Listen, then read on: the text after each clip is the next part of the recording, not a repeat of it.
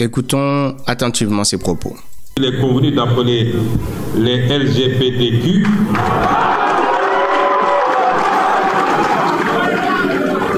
risque d'être le prochain casus belli entre le monde occidental et le reste du globe terrestre si elle continue à être posée de cette façon.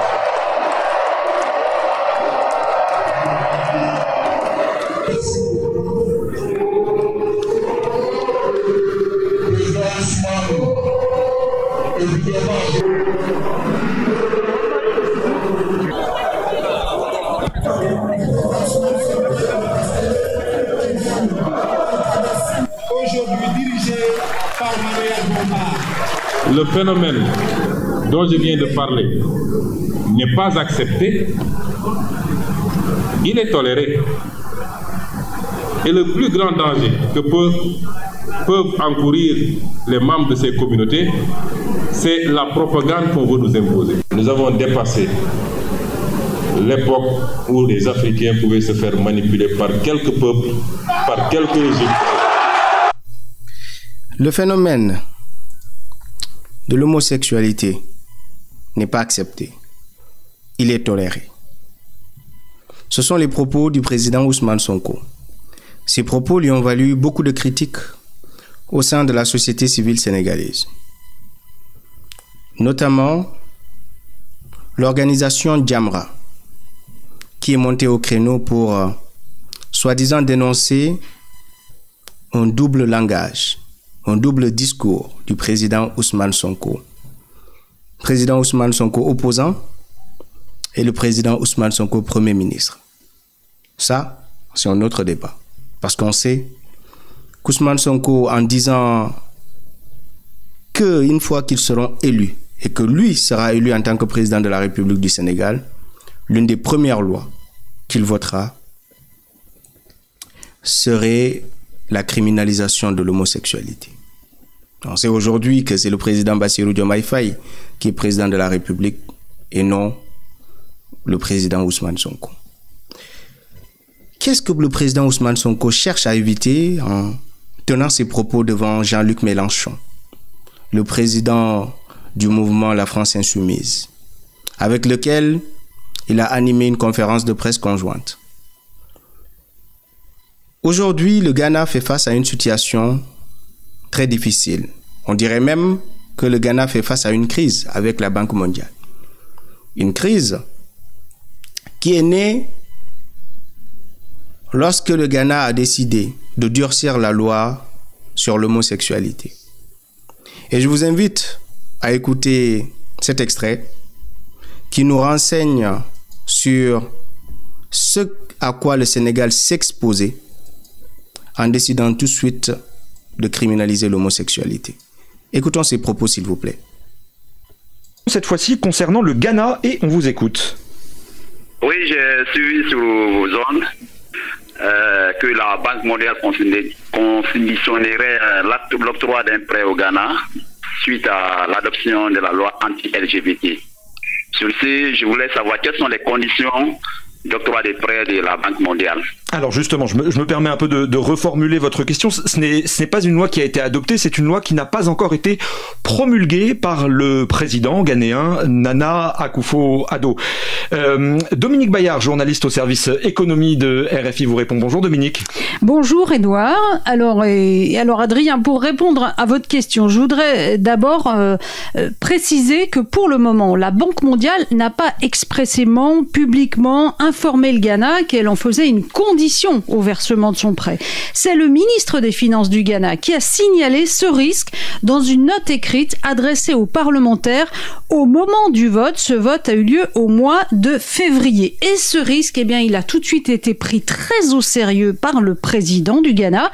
C'est pourquoi il a décidé de prendre son temps pour promulguer cette loi. Il attend l'avis que doit rendre la Cour suprême. Elle a été saisie par deux opposants à la loi. Elle doit donc examiner leur plainte et rendre sa réponse à une date inconnue à ce jour. J'en viens maintenant aux critères de la Banque mondiale. Alors vous savez que la Banque mondiale, elle a beaucoup de critères sociaux, environnementaux.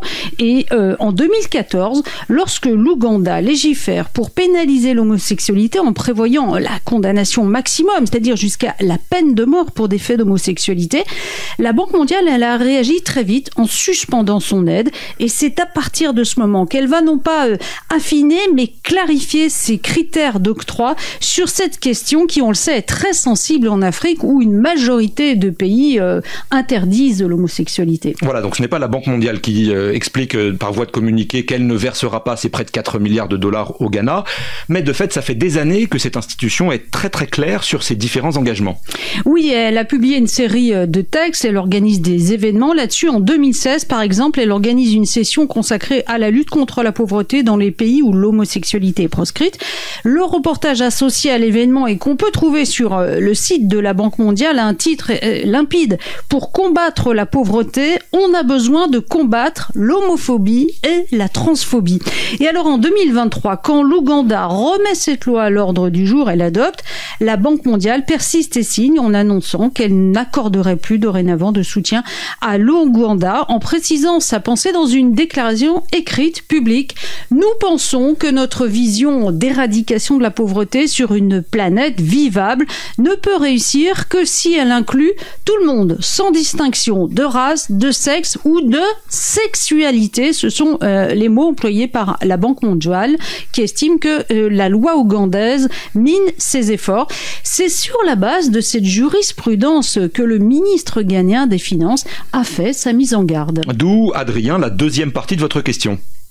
Très bien. Bon. Voilà. Donc, on comprend très clairement le piège qu'a voulu esquiver le président Ousmane Sonko en disant que l'homosexualité n'est pas acceptée et qu'il est toléré. Le Sénégal peut-il aujourd'hui se passer de la Banque mondiale et du FMI quand on sait que la situation économique du pays est désastreuse? Les ministres de Macky Sall ont détourné l'essentiel des fonds publics qui pouvaient assurer à notre pays ou à notre population une situation économique décente.